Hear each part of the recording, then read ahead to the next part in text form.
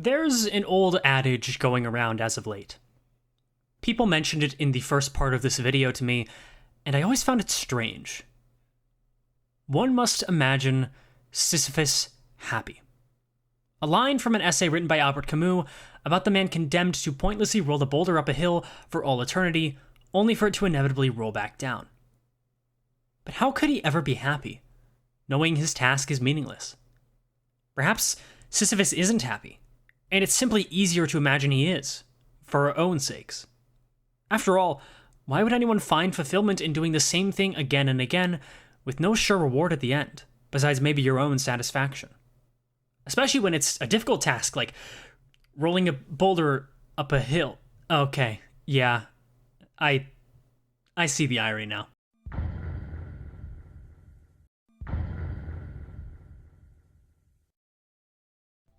In case you did not read the title, this is part 2 of my railway experience, so if you have not watched the first part, I would highly recommend doing so, as I will be assuming you have watched that video. Now, let's not waste time. You should already know the team I'm bringing in, their many faults, and the many concerns. So let me first talk a little bit about the general strategy I had in place before getting into the railway proper. I'll keep this section brief, since it really should have been in part 1, but I still think it is vitally important to tell you about my mindset to contextualize how this challenge went down. Obviously, I was painfully aware that envy would be the biggest issue I would face, so everything I did had to be done using the least amount of envy possible.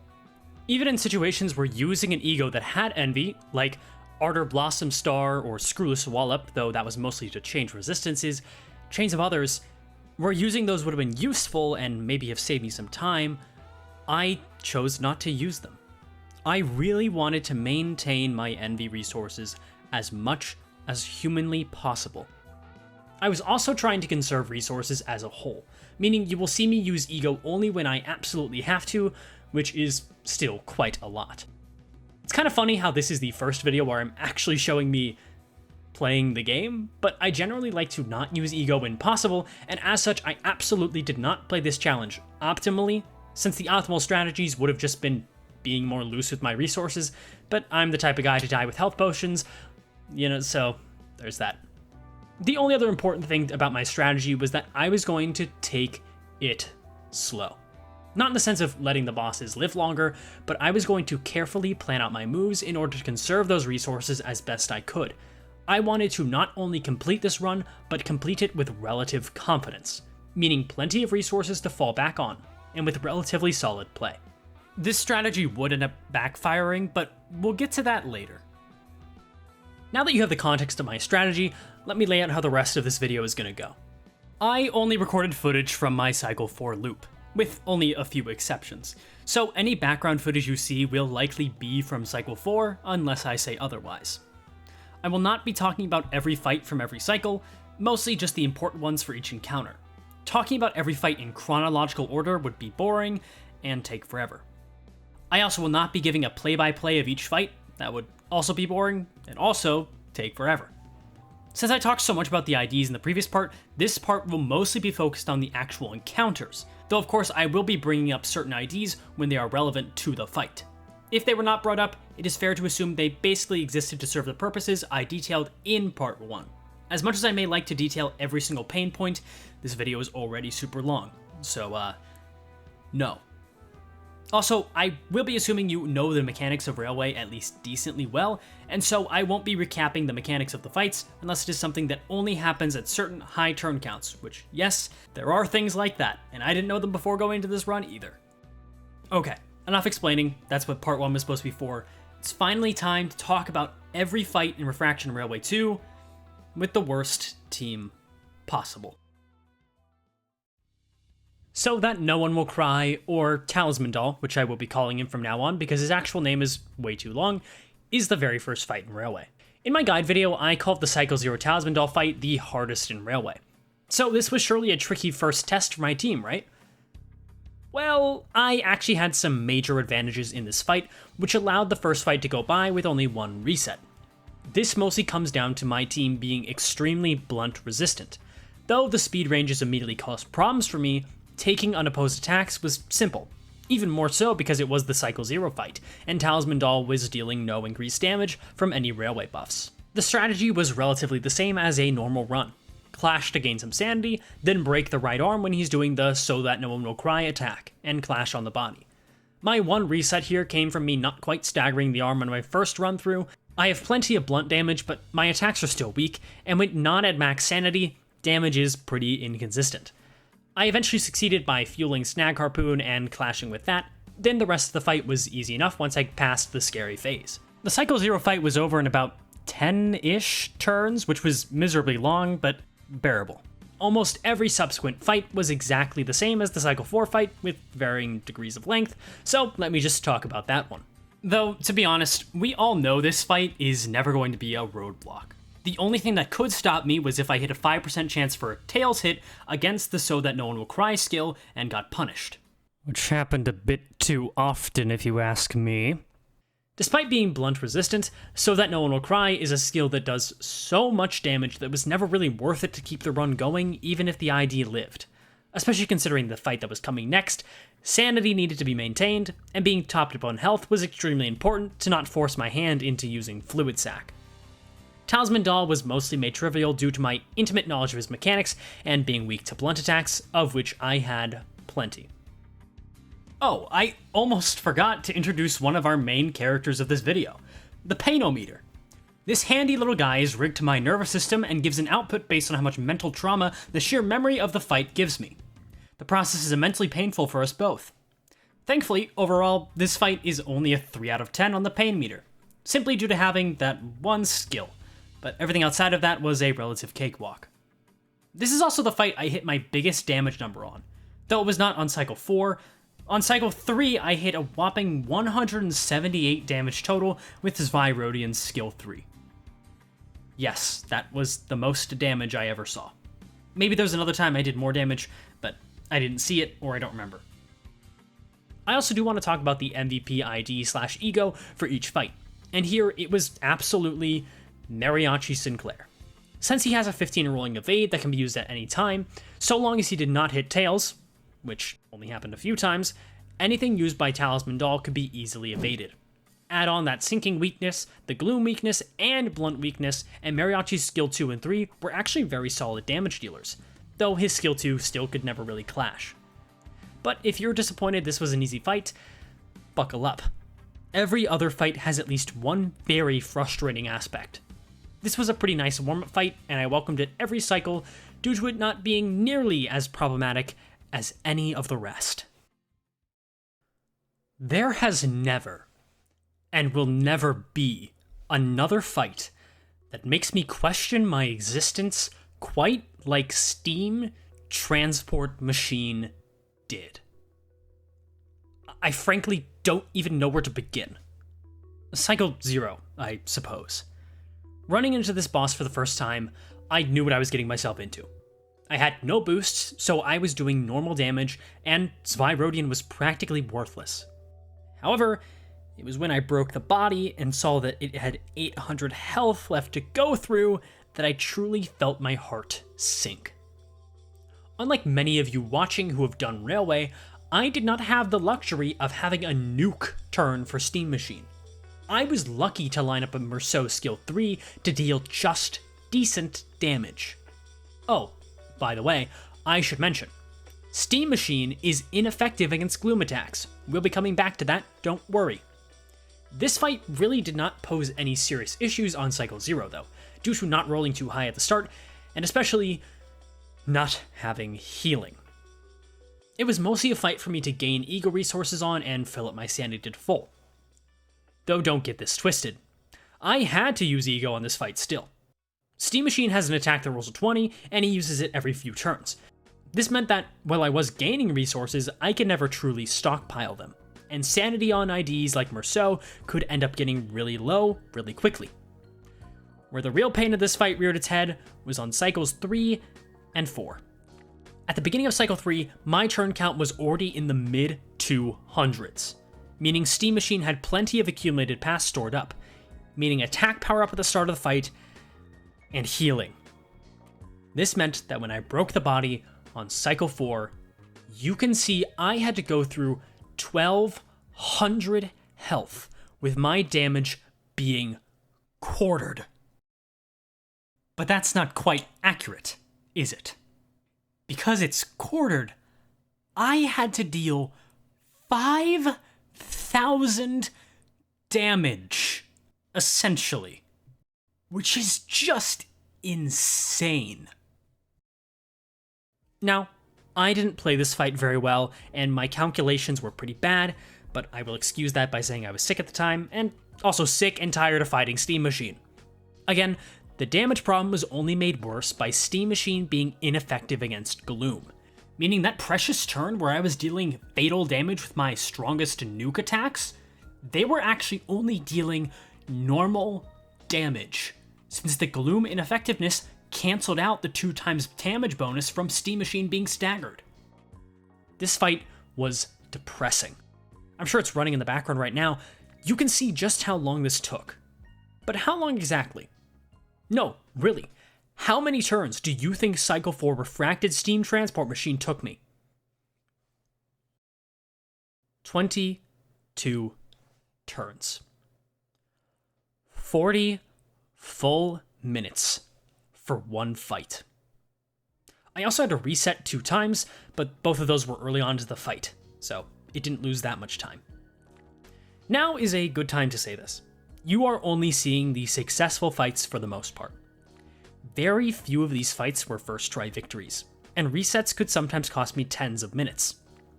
Steam Machine was not really one of these fights, luckily, since if I did have to reset that many times to get a successful battle, this might have taken significantly longer. But generally, by the time I got about 10-ish turns in the fight, I was committed. Even if I took some extra damage that I didn't need to, it was not worth resetting. I was relatively lucky, and I played well enough to be able to get by. There was no particular standout ID on this fight, though if I had to choose, I would say Chef Gregor. This will become a common trend, but Paralyze is especially strong in this railway for me, allowing my terrible skill 1s to win a clash guaranteed, and Legerdemain Paralyze got massive mileage when used against enemies with mostly single coin skills, like Steam Machine. I cannot describe the pain of fighting Steam Machine with this team in words.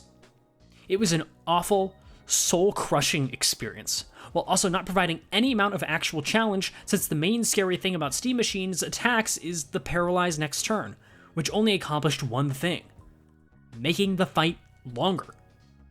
Anytime I could not redirect clashes enough, my Zvirodian or Sloshmill or whoever else may have to take an unopposed attack, which would 1, really hurt on higher cycles, and 2, make me unable to deal any significant amount of damage the turn after. Not like my damage was very significant anyways, considering my damage was already being cut down to 1/4 of the usual. Steam Machine truly does embody the Sisyphean nature of this challenge. Rolling the boulder to the top of the hill seems very possible, or in this case, killing Steam Machine seems very possible. At the beginning of the fight, damage comes in very nicely, and the boulder is pushed up the hill at a good pace. Until it starts healing, and the metaphorical boulder falls down a little bit. Repeat that process until the body is broken, and now whenever you push the boulder, it moves up at a snail's pace, leading to me making mistakes in my clashes and losing out on damage due to the sheer fatigue of playing this fight. Now, would you believe me if I said this fight was not the worst? This was a 9.5 on the pain meter, but we have worse to come. Somehow.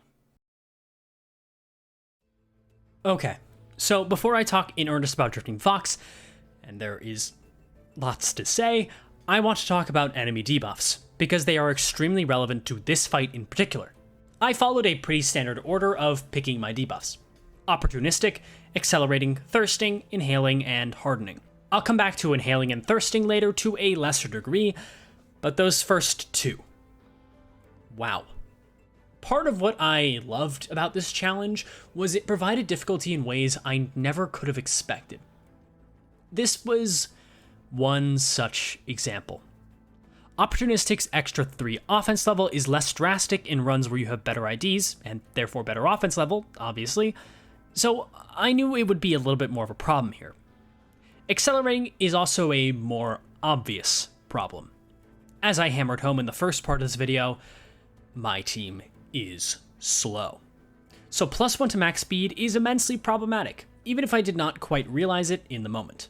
So why am I talking about it here in particular? Well, Drifting Fox is the perfect storm of these two debuffs coming together to create something truly, truly awful. Before that though, there was some of the earlier cycle Foxes, 0, 1, and 2. These fights were relatively easy. Despite having a pretty bad matchup damage type-wise, both in dealing and receiving damage, the fight went by quickly enough due to Drifting Fox not having very much protection on him and not summoning many umbrellas. But Cycle 3 Fox was a monster. An unbelievable beast of a fight that absolutely caught me off guard with just how tricky the fight became when just the previous cycle he was easy enough. This fight took so long, and I knew it would be so relevant that I recorded it. And the fight you're seeing now is one of my Cycle 3 Fox attempts. So what's the big deal? What made this fight so bad?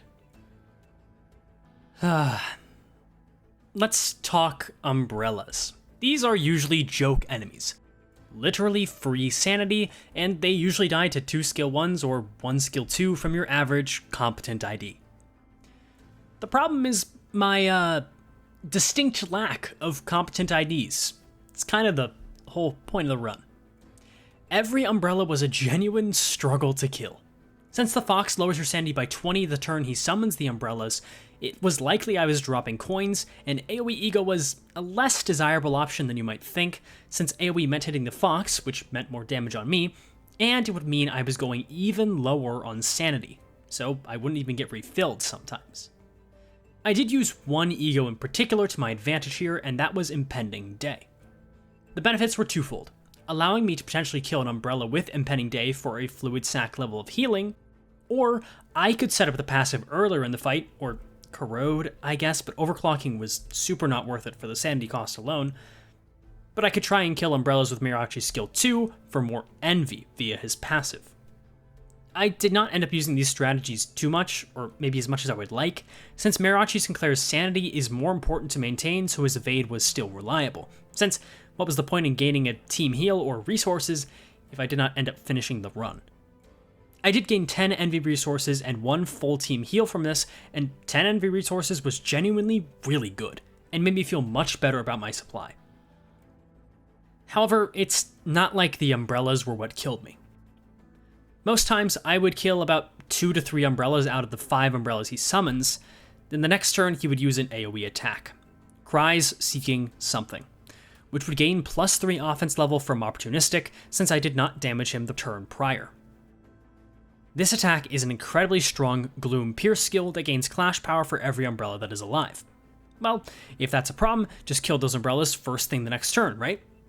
This would generally be okay, but I swear, I must have been cursed at some point by an evil anti-luck entity because I would constantly hit tails at 45 SP. I remember 2 specific times where I had a clash lined up and I was at 40 or 45 SP and I would just miss heads, and this happened a lot in the Fox fight. Even later on, you'll see.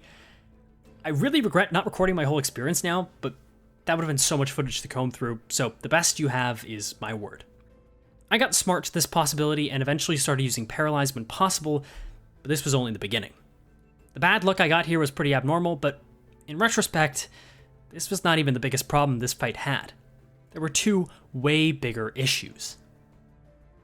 This is where I want to talk about Rupture. This was a little bit of a problem with Talisman Doll, but it is much more relevant here.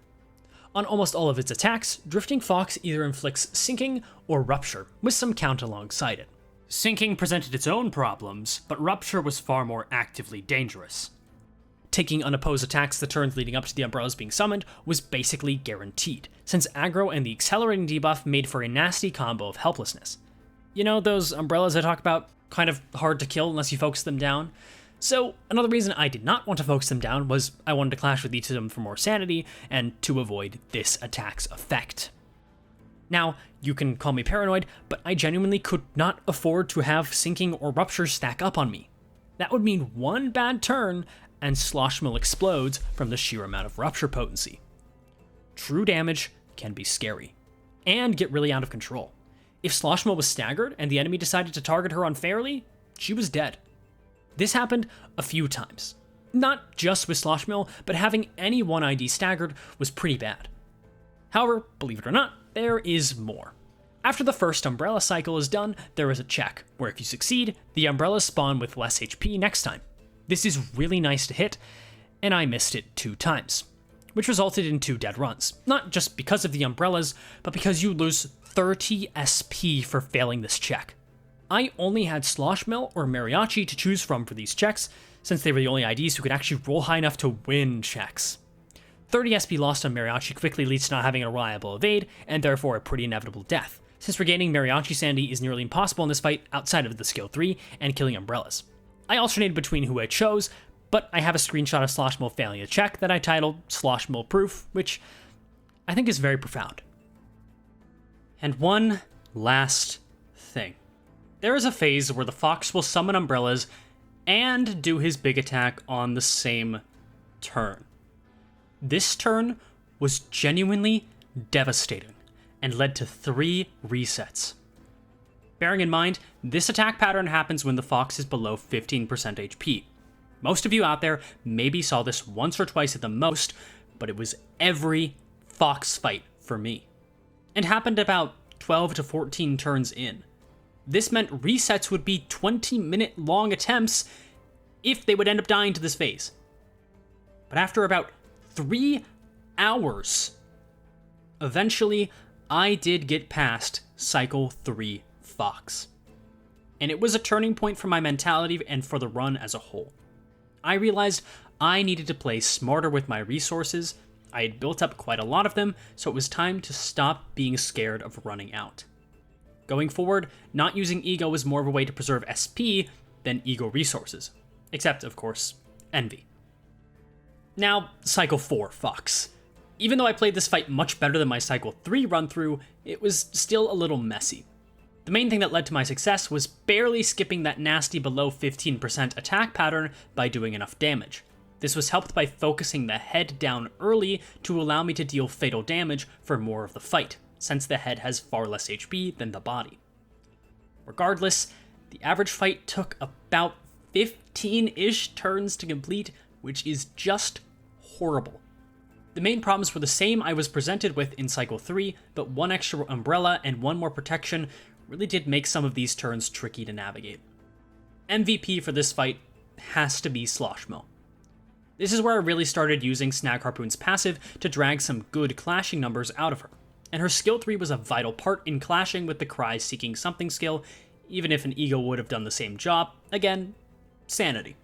Sorry to peak early, but this fight really and truly was the most painful, simply because I got punished in so many ways, both for things that were my fault and also completely RNG. Cycle 3 Fox was the peak of my railway suffering, a fight worthy of a 10 out of 10 on the painometer.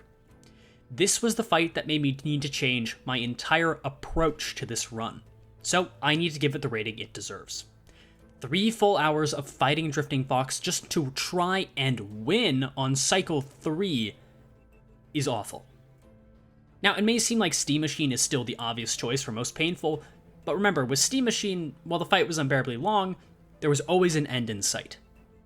This fight, every attempt was likely to die 20 minutes in, whereas Steam Machine was 1 fight that was double the length, but I could mostly just zone out. Now that I know my strategy better for Fox, he would not be nearly as tricky now. But the painometer accounts for human error, so Drifting Fox absolutely was the worst fight in Railway for me. Now, a bit of a break from the pain. Kind of. T-Corp did not pose any real threat to my run, and Cycles 1 and 2 are hardly worth discussing. There are some problems, including another fundamental problem in my team that was made glaringly obvious here. Let's look at T-Corp's Sin and damage type resistances. Blunt is ineffective, and so are Sloth and Wrath. Now let's look at some of our skills. Sloshmill's skill 2, Spyrodian's skill 1 and 2, Base Rousseau's skill 1, Mariachi's skill 1, Base Faust's skill 2. All of those skills deal a quarter of the normal damage to T-Corp. How many of my skills are blunt? 15. 15 of my 21 skills, also known as 70% of all of my attacks, were blunt, meaning 70% of my attacks would deal at least half damage. This was a continuous problem and also applied to Drifting Fox, but here it was especially apparent. So, how do we solve this issue? Well, as you are probably seeing, you solve the issue by pressing the ego button. Ebony Stem was the MVP on this fight in particular, speeding it up significantly, since the Pierce weakness was the main way to actually deal damage to these guys.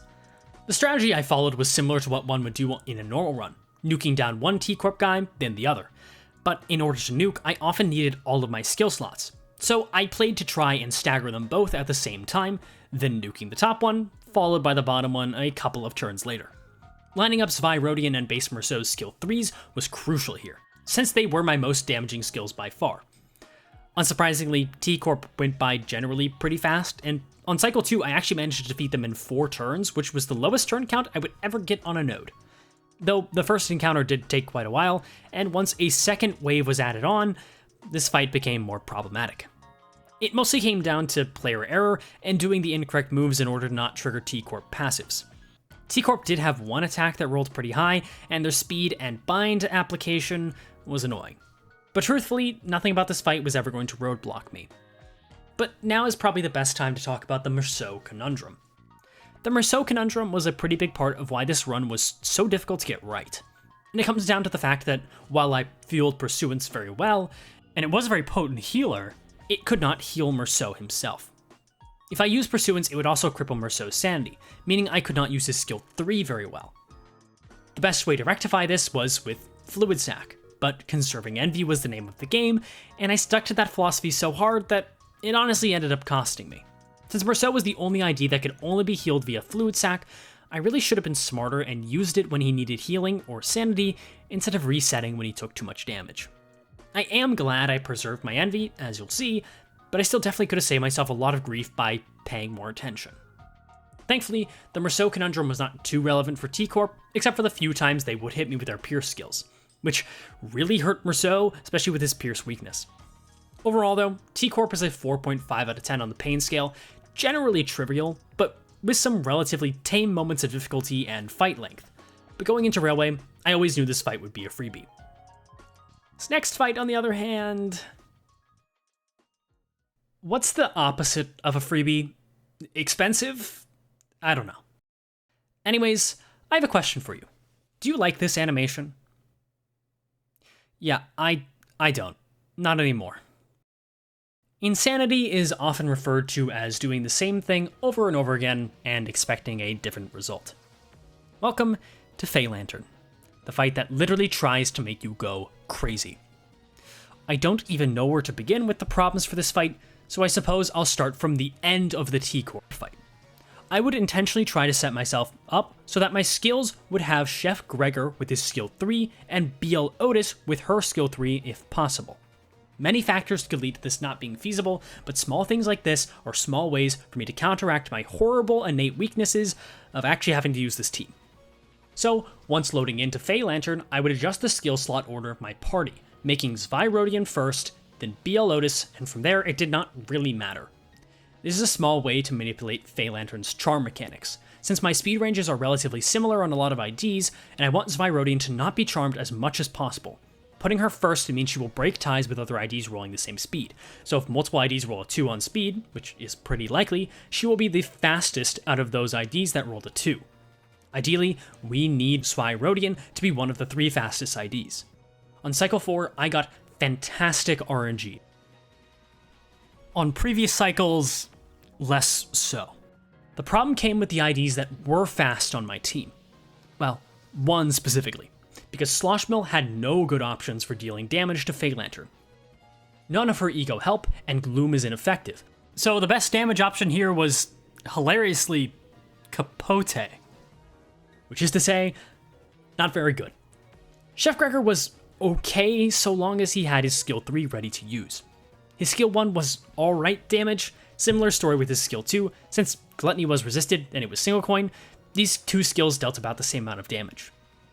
The third slot was far less guaranteed, and Zweirotian was absolutely the best ID to have here, but that was unlikely at best.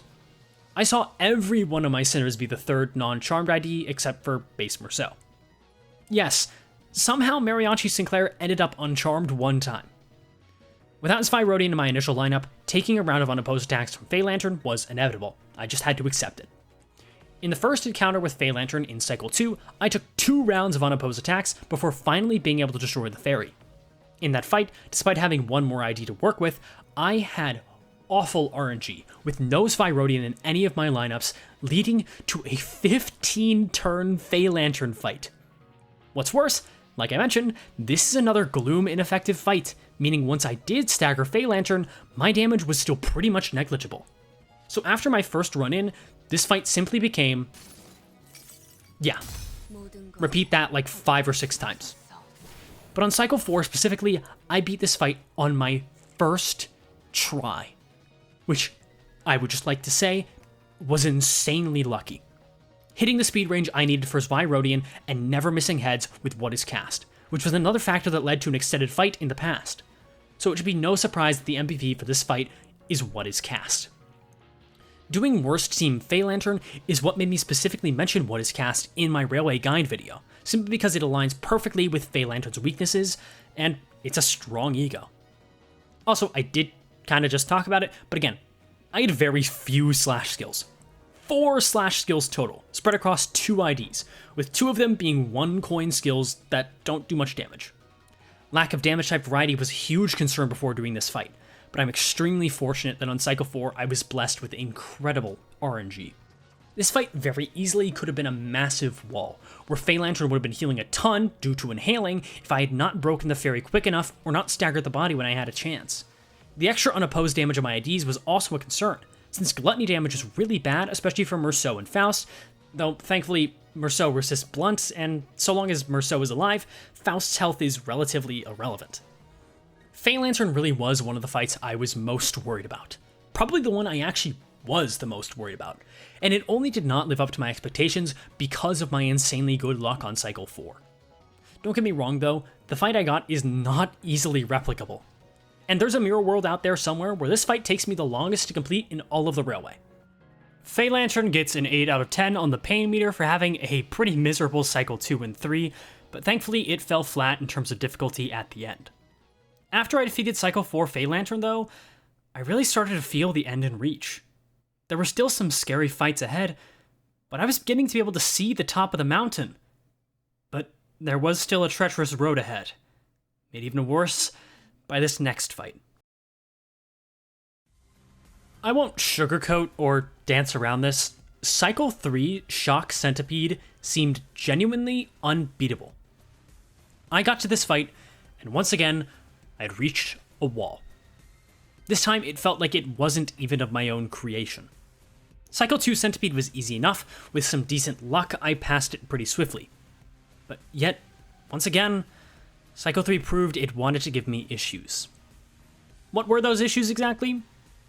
To the grow. Sloshmill is Pierce Fatal, Fae Rodian is Envy Fatal. Centipede had both of those attacks and Sin Affinities, and had more coins than the average fight, leading to a much more intimidating fight if something went wrong, and a lot more damage too. And trust me, lots did go wrong. For several resets, I'd keep getting stuck with too many attacks pointed at Sloshmill, leading to her being paralyzed and swiftly killed. This happened again and again. I would clash with Snag Harpoon because I was desperate and just needed a quick option, and then after way too long, I finally realized how useful this ego was for this challenge. Not just for the passive, which I had used on Fox, but for the 6 bind. This meant that whatever body part I hit with Snag Harpoon could easily be redirected, since I could not roll below a 2 on speed, so if he was at 1 speed, I could always redirect. Spamming Snag Harpoon also meant I was no longer gaining aggro, meaning I would generally not need as much RNG to not have Sloshmill be attacked too much. I'll be honest, I feel pretty stupid for not considering Snag Harpoon a lot earlier, but bind is usually such a forgettable effect and hardly relevant. It was moments like these where I had to actually use a game mechanic I had not before, or I had to think of some way to overcome an obstacle that was never there normally. That is why this challenge was actually fun to do. Was it fun all the time? God, no.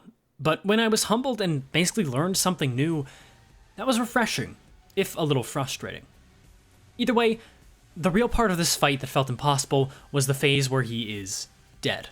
Getting rid of all the self-charge was probably possible, but to be honest, I could not be bothered to try and line that up, since I could barely destroy the head before the next time for it to coil up and gain more self-charge. So I basically just accepted I would have to trudge through that phase. The problem is with Centipede's targeting during this segment. Centipede will focus down the ID with the lowest health. Ideally, this would be someone not named Sloshmill because she could intercept. Before I discovered Snack Harpoon strategies, it felt like every turn Centipede would roll a 5 or above on speed during this phase, basically meaning this was impossible. I began to think I would have to genuinely sacrifice an ID to get past here, or get just insanely good RNG. But thankfully that was not the case. With the 6 bind applied to Centipede's body, the part that would do 3 attacks, I could easily redirect with the rest of my team, and with the 1 attack being done by the head, could be clashed by the lowest HP Sinner that was being targeted. Once I discovered the power of spamming Snag Harpoon in this fight, it broke wide open, leading to a relatively easy victory on Cycle 4. You might have noticed by now, but the main difficulties came on the cycles before Cycle 4. And there's a very good reason for that, which I'll talk about on the next fight. The MVP for Shock Centipede has to be Snag Harpoon, and to a lesser extent, Chef Gregor. Chef Gregor has 2 bind on his skill 2, which was sometimes used on the head or body when I did not want to use Snag Harpoon. Or during the last phase, it would be used on the head to have some extra safety bind in play to make redirecting clashes even safer. But without Snag Harpoon, I genuinely do not know how I would have gotten past this without some absurd RNG similar to what happened with Fae Lantern. Despite stacked odds, I made it through another very scary fight. Shock Centipede was a 7.5 out of 10 on the pain meter. Strong multi-coin pierce attacks posed a threat to a lot of my team, but with careful playing and the power of Snag Harpoon, which I never really thought I would say, I made it through. Look, I love Fairy Gentleman. He's got the funny slam and the big smile, but he was not a hard fight. Relatively. I lost to him twice, and it was entirely my fault. Can you guess why I lost? This attack, which takes your tipsy and deals a bajillion damage if you are not tipsy, combined with aggro, is not very good, and my speed is bad. So after I realized I just needed to not be an idiot, this fight was easy. Fairy Duo is sadly not much scarier. I was excited for this to be a difficult fight that was fun because, I mean, it's the boys, but the fight boiled down to this. Just survive for a few turns, then once the giant clover's up, kill Fairy Gentleman while Fairy Longlegs waits for you to hit him for some reason, and then kill Fairy Longlegs. The only tricky part was some extra attack power on Fairy Gentleman, but I played very carefully as to ensure I would not be losing any clashes. The main thing about this fight was, it was just really long. Fairy Gentleman and Fairy Longlegs resist blunt, so I was doing a lot less damage, and honestly, this made me realize how blunt is just okay for Railway 2. It's probably the worst damage type to have the majority of, which is fitting for this challenge, even if it was an unintended side effect. Now though, let me address the elephant in the room. Since this fight can only be accessed on Cycle 4, by this point I only had 2 fights left, and I mentioned how Cycle 4 was actually easy. That's because I had genuinely gotten better, like so much better at using this team. Near the beginning of the challenge, I was still stuck in the same mentality as any other team. Just try to use my strongest skills and get through the fights quickly. This lack of foresight would often end up costing me more time than saving it. And though I have no footage of the earlier cycle runs, it didn't really punish me for this mentality early on. But Cycle 3 really was the turning point. By Fairy Duo though, I had a much more clear idea of how I could deal with problems that came my way. Some I knew all along, like going unopposed with Chef Gregor's skill 1, then clashing with a weak attack that was guaranteed to win anyways due to the 1 paralyze applied, or literally just using Leisure Domain. Other strategies like Snag Harpoon for the 6 bind, or even using the passive for consistency, or using Impending Day on the umbrellas, these strategies only occurred to me once I fully immersed myself in and accepted this challenge for what it was. I was hardly playing the same Limbus company anymore. There was no real synergy between my team, so I had to play to my outs. By this point as well, my envy hoarding paid off immensely. Even on Centipede and Fae Lantern, I could use Fluid Sac freely enough and not have to worry about envy. I set myself up for success by taking the hard road on Cycle 3, so that this Cycle 4 could be as easy as it was. But it's not like Cycle 4 is over, right?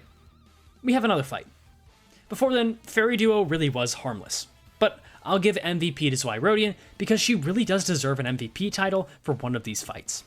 Consistently and constantly throughout the railway, she has been shortening the fights and absorbing damage in a safe way with her 20 shield health pool to fall back on, leading to her being relatively self-sufficient, with her one major downside being that skill 1, since every other skill is actually pretty good once the skill 3 coin power came online, which it almost always was past Cycle 0. Overall, there were some tricky things about this fight, like the synaffinities of Fairy Gentleman and Fairy Longlegs being Gluttony and Lust, which can be very scary, especially for Merceau and Faust, but this fight sits comfortably at a 4 out of 10 on the pain meter. Wayward Passenger. Now, I was told this fight would basically be the end of the road for me, and I could see why.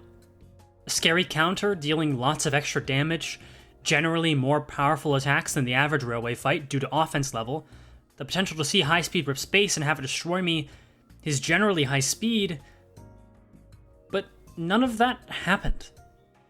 I didn't get destroyed. In fact, Wayward Passenger was a first try victory. And again, that's exactly what I planned for. I did get a little bit lucky throughout the fight. He cooperated with me in terms of those speed rangers and general coin flip RNG, but the most key thing here was dealing with this counter, and thankfully I had a plan.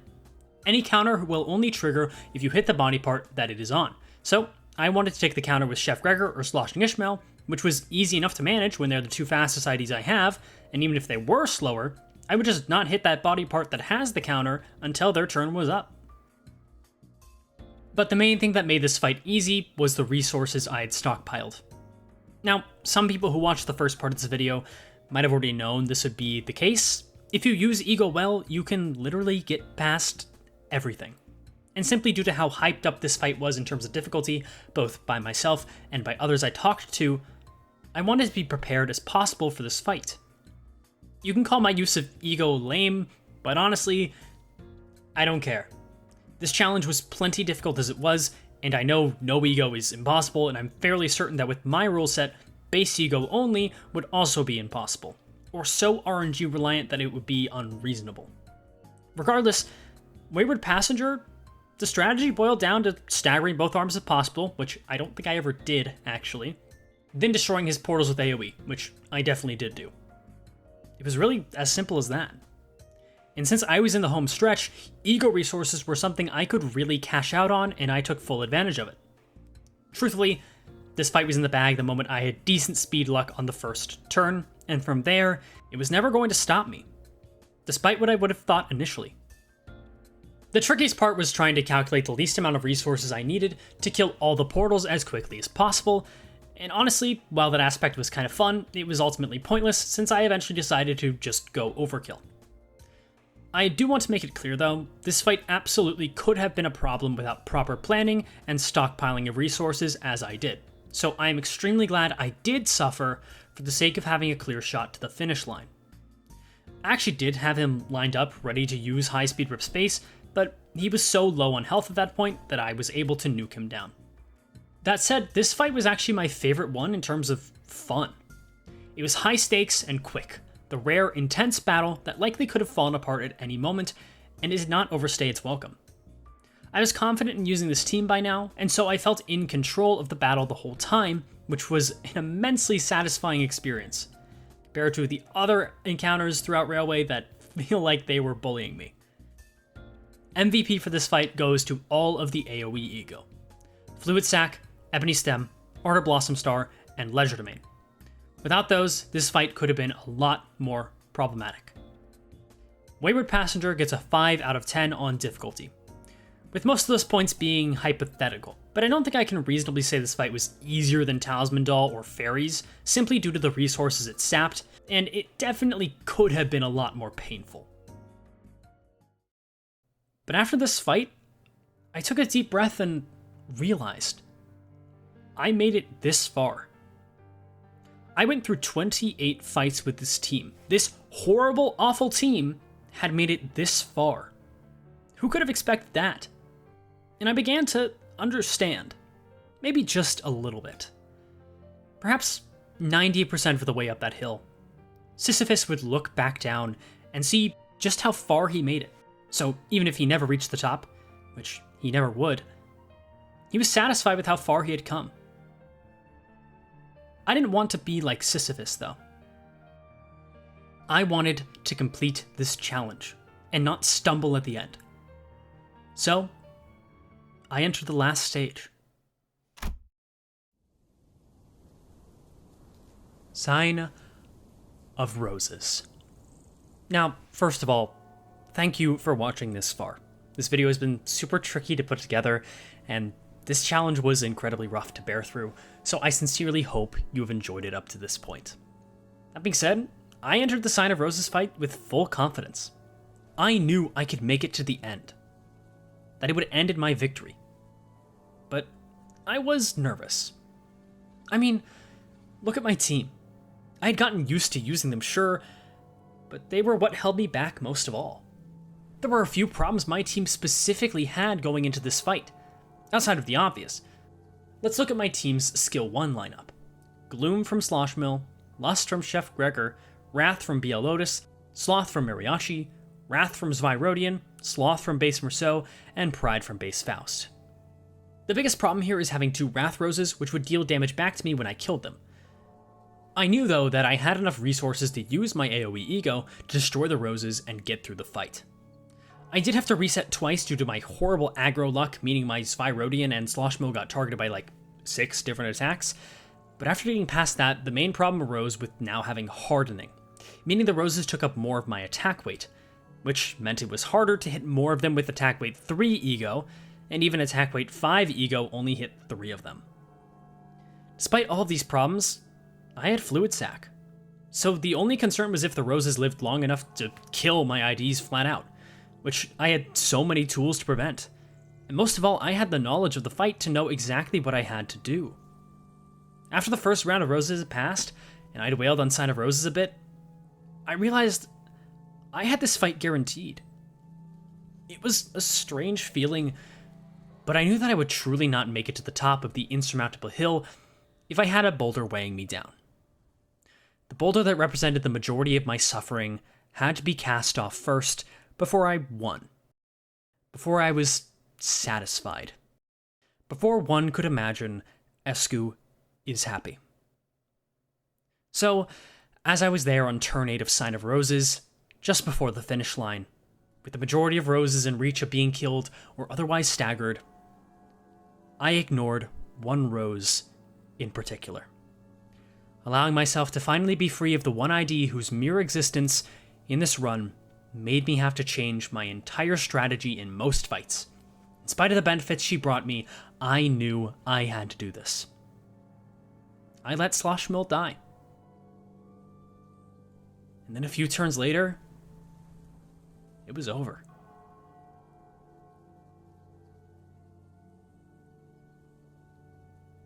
As I sat there on that end screen, I felt the burden of this run wash away.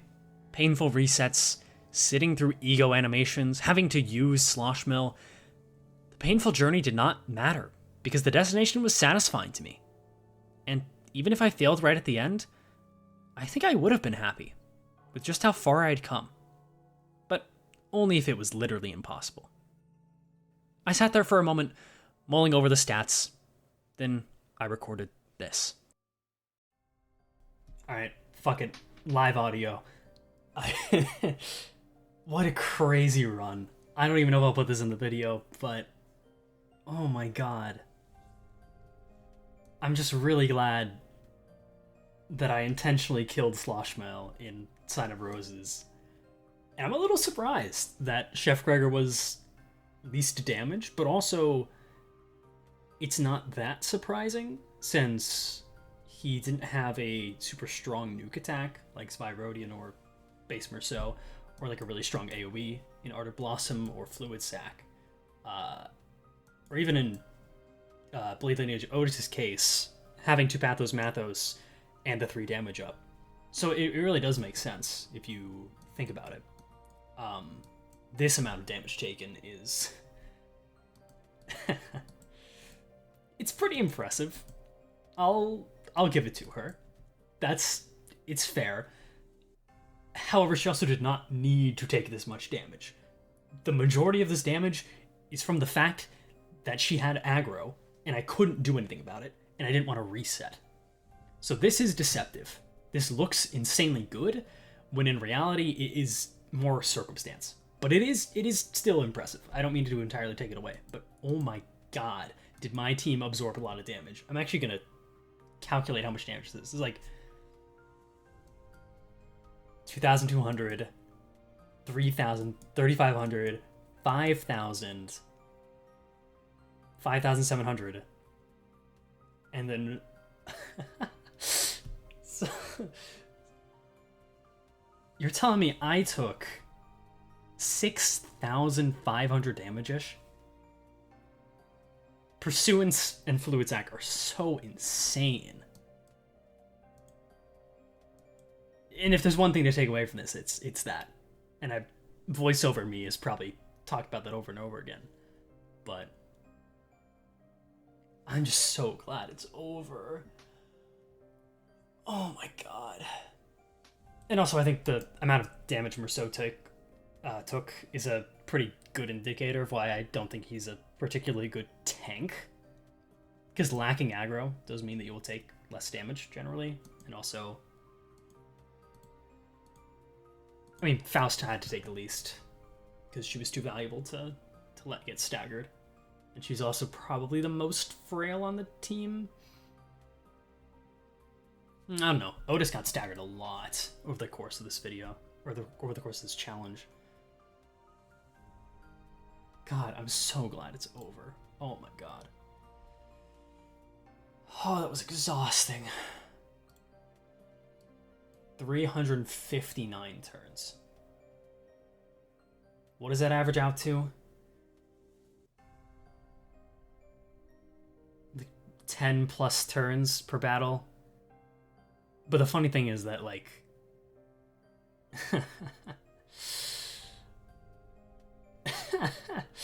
a fourth of those turns are Steam Machine. What a stupid boss. These are the buffs I took. You could probably optimize these more, but I think Poise Boost is absolutely necessary. 100%. You need that. Zvyrodian alone makes Poise Boost worth it, but also BL Lotus Evade, super nice. Mirachi Sinclair getting crits is just nice. 20% damage randomly on like Merceau, Faust, Gregor, and Merceau. It's just nice. Small amount of damage. Gloom, undeniably, is the best Sin Affinity to take. And then Blunt. I have so many Blunt skills. I think that was the correct play. You can make an argument for sinking if you're using Rhyme Shank and or a Coward.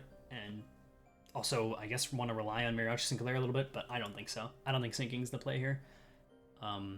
Plus 10% and then plus 20% more damage on like the vast majority of my skills is far better than a tiny amount of sinking on some fights, because on like fights like Fae Lantern, that does not matter at all.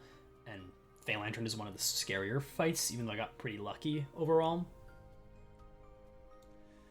Oh my god. There's no way I'm keeping all this in, but I don't know, subscribe. if I add this on the end of the video, subscribe and like, because oh my god, this took actual hours. And you can tell, I did not use anyone else in battle. No one else was in the statistics. This was 100% legitimate. And these support passives are all the worst. This never triggered. Could not trigger because no Fnatic allies on my team. Could not trigger, no burn count on my team. No nails on my team. And that's it. And, oh, yeah. This is the only one that could have triggered, but I don't think it actually works with Slosh Mill, and also its lowest speed. And Slosh Mill is never lowest speed. So. Misery. Don't do this. That recording would be a nice note to end the video on, but I did promise I would talk about how my thoughts and perception on these IDs changed, so really quick, I do want to talk about that. The most important one to get out of the way is Sloshmill. Do I still think she is the worst non-base ID? In short, no. I am biased against Sloshmill, and I admit as such. I hate her design philosophy, I hate the memes that were spawned from her. She's not the worst. Despite how inflexible she is, she can be used to tank, and her skill 3 clashes. That is the extent of nice things I can say about this ID. The real question is, who goes below her? I think one ID definitely is worse than her now, and the other one is debatable but likely worse. The one I am confident on is Zwei Sinclair. His support passive is good for solo runs, but in battle, he really is terrible. Maybe I would think differently if I actually used him for this run, but I cannot deny that a 10 rolling skill 2 is really, really, really awful. The more debatable one is BL Otis, whose main saving grace is Sun Shower and then having a strong evade, as well as a +1 offense level, but honestly that is probably not enough to keep her afloat in your average everyday team, since the 16 evade was only particularly useful to me because my options were so limited. Chef Gregor proved to me that Paralyze can truly be broken if the rest of your team is slower than the one applying Paralyze. It's just a shame that 3-7 generally does not stack up in a lot of modern teams, and the rest of his skills are still pretty bad. Overall though, my opinion on him came out more positive than it was when I went in. Base Merceau was a hilariously good surprise, and though he is definitely not very good still, he has some serious merits at Uptime 4. Though, of course, you still have plenty of better options. But if you want to use a fun ID, I think Base Merceau kind of fits that. Mariachi Sinclair is probably the ID I had the most fun using, even if he ultimately did not do much. Evading everything an enemy tries to do is hilariously broken in early cycles, and even in later cycles. He hit decently hard with his skill 2 and 3, which, again, is a crazy thing to say, I know, but it's kind of true. The little bit of sinking on the sinking boost fights as well was kind of funny to see. And I will still stand by that Base Faust is the worst ID in the game. She just feels awful to use in battle, and her support passive is pretty inconsistent. I cannot imagine using her in normal content. Her only upsides are having debuffs, which the skill 2 gives you +1 clash power basically, and the skill 3 is 2 attack power down, which is better. But even then, you just have so many better options. Then, Zwyrodian. I genuinely think this ID could be good if her poise generation was just a little bit better. A 20 health pool is good to have at all times, and she can actively be doing things while maintaining it. In the grand context of the game at large, she is still awful, but again, my brain has been melded and changed by this run. I now see Bind as a huge utility, and Paralyze is borderline broken, which in truth it really kind of is. A lot of people assumed I would either come out of this run having learned nothing, and a bitterly exhausted man with no more love for Limbus Company. Another camp of people assumed I would learn a lot, and I would come out of this with a different perspective. It was much more so the latter. I want these videos to talk about every mechanic in Limbus Company. I want to dissect this game, and not just talk about the best and worst IDs and why one is strictly better or worse. I think that conversation needs to be had, and it's one that I have had. But it's not the only one that matters. The conclusion I have come to here is so long as you have Pursuance and Fluid Sac, or even just Fluid Sac, you can beat Refraction Railway too. The last thing I want to have is for this video to come off as me bragging about my accomplishment. This was a test to prove to you that you can complete Railway, so long as you take your time and look at it as a whole. For you people who want to do Railway but lack Fluid Sac or a strong Faust ID, I have my friend code on screen now. If you watched this far into the video, then consider this my thanks to you. I do not know if my friends list will get full too quickly, but I will humbly ask you to not request unless you actually do need my support IDs. I have an Uptime 4, 7 Association Faust with an Uptime 3 Fluid Sac. So long as you fuel it well enough and play smart, you can beat Railway. So, my closing thoughts on this challenge and Railway. I never want to see it, or these IDs ever again. As much as this challenge was fun in a sick, masochistic way, it was also truly miserable, and not for the faint of heart. I don't know if I quite got it across in this video because it was mostly a highlight reel of Cycle 4, but my god, this was 20 plus hours of playing with this team, with several other resets sprinkled in throughout Cycles 1 and 2. I can't express in a short enough time frame how awful that is. But as for this video, it is way too long, and I apologize for that, but truly, thank you for watching. And thank you for 6,000 subscribers. Here's to 1,000 more. This video ends now.